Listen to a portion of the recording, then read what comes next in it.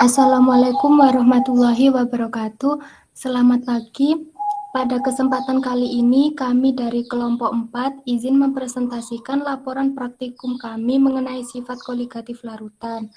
Kelompok kami yang terdiri dari Devinta Agustina dengan NIM akhir 008, Saifani Kartika Aji dengan NIM akhir 013, Arida Ajeng dengan NIM akhir 018, Lintang Ayu dengan NIM akhir 020, Nurul Febrianti Fauzi dengan NIM akhir 026, dan saya sendiri Putri Amelia Purnomo dengan NIM akhir 028. Seperti yang kita ketahui bahwa larutan adalah campuran antara dua atau lebih zat terlarut dan zat pelarut.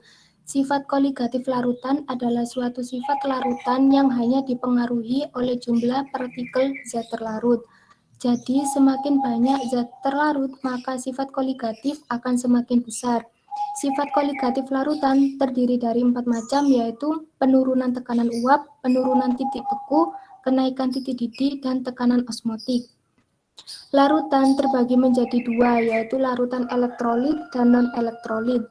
Larutan elektrolit adalah larutan yang dapat menghantarkan arus listrik, yaitu dapat menghasilkan ion-ion yang bergerak bebas dalam larutannya. Larutan non-elektrolit yaitu tidak dapat menghantarkan arus listrik karena molekul-molekul terlarutnya tidak terionisasi di dalam larutannya. Selanjutnya, laporan praktikum akan dilanjutkan oleh rekan saya, yaitu Nurul Febrianti Fauzi.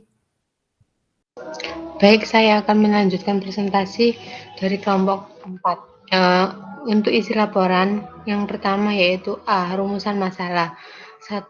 Bagaimana pengaruh pemberian berbagai zat terhadap titik beku suatu larutan? B. Hipotesis. Pemberian garam akan mempercepat penurunan titik beku suatu larutan. C. Variabel.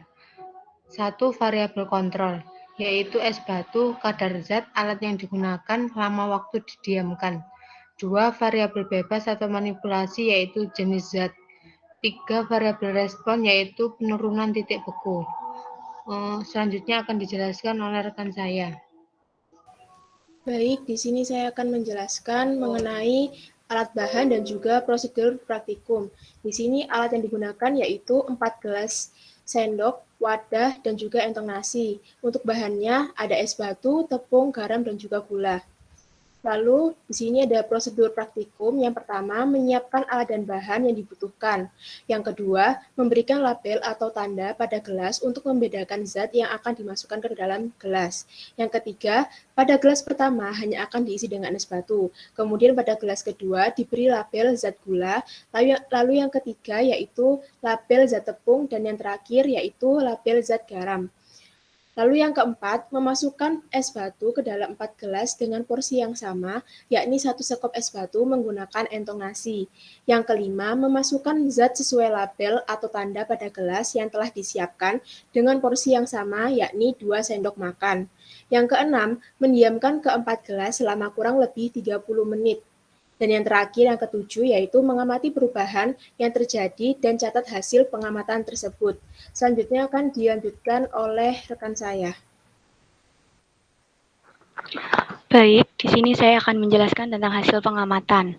Pada kegiatan praktikum sifat koligatif larutan yang telah dilakukan selama 30 menit, didapatkan hasil pengamatan sebagai berikut. Percobaan pertama dilakukan dengan tidak memberikan perlakuan pada es batu, yaitu tidak menambahkan larutan, sehingga menyebabkan es batu lambat mencair. Pada percobaan kedua, dilakukan dengan menambahkan gula pada es batu. Hal tersebut juga menyebabkan es batu lambat mencair. Percobaan ketiga dilakukan dengan menambahkan tepung ke dalam es batu. Hal tersebut juga menyebabkan es batu lambat mencair. Pada percobaan keempat atau percobaan terakhir dilakukan dengan menambahkan garam ke es batu. Hal tersebut menyebabkan es batu paling cepat mencair. Selanjutnya akan dilanjutkan oleh rekan saya.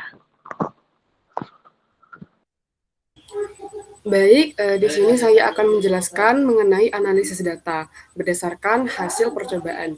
Pada percobaan yang telah dilakukan, ketika es dicampur dengan garam, sebagian molekul akan membentuk air garam, dan es secara spontan akan terlarut dalam air garam. Akibatnya, air garam akan bertambah banyak. Dalam sebongkah es, air terstruktur membentuk tatanan geometrik yang tertentu dan kaku yang kemudian akan rusak ketika ditambahkan garam. Maka, molekul-molekul air selanjutnya dapat bebas bergerak kemana-mana dalam wujud cair.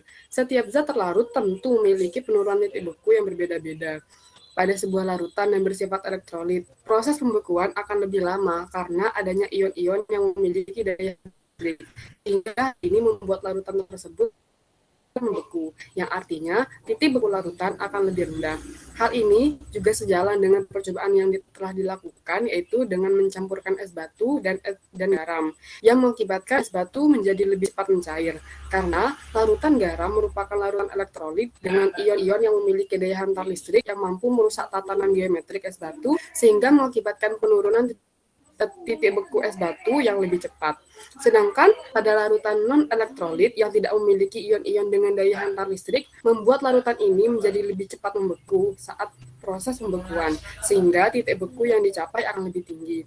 Hal ini pun sejalan dengan percobaan yang telah dilakukan, yaitu dengan mencampurkan gula dan es batu, juga tepung, di mana keduanya merupakan larutan non-elektrolit dan tidak memiliki ion-ion dengan daya hantar listrik, sehingga penurunan titik beku es batu menjadi lebih lambat. Selanjutnya akan dijelaskan oleh rekan saya. Baik, di sini saya akan menjelaskan kesimpulan dari percobaan kali ini. Nah, pada percobaan tersebut dapat ditarik kesimpulan, yaitu sifat koligatif larutan adalah sifat larutan yang hanya bergantung pada jumlah partikel zat terlarut dalam larutan. Sifat koligatif larutan meliputi penurunan tekanan uap jenuh, kenaikan titik didih, penurunan titik beku, dan tekanan osmosis. Pada percobaan tersebut membuktikan bahwa larutan yang bersifat elektrolit proses pembekuannya itu lebih lama karena adanya ion-ion yang memiliki daya hantar listrik. Nah, sedangkan larutan yang bersifat non-elektrolit, proses pembekuannya akan lebih cepat karena tidak memiliki daya hantar listrik, sehingga titik beku yang dicapai akan tinggi. Baik, untuk lampiran bisa dijelaskan oleh Saifani.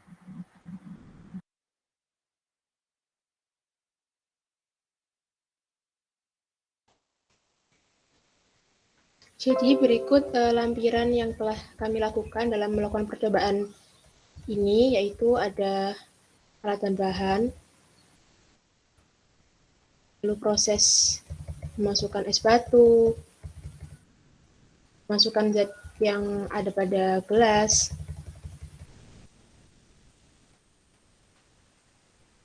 dan juga hasil akhir.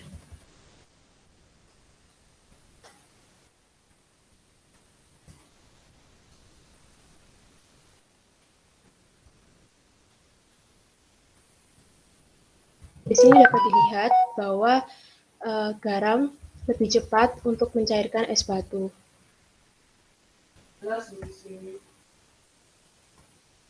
Sekian dari saya kembalikan lagi ke moderator.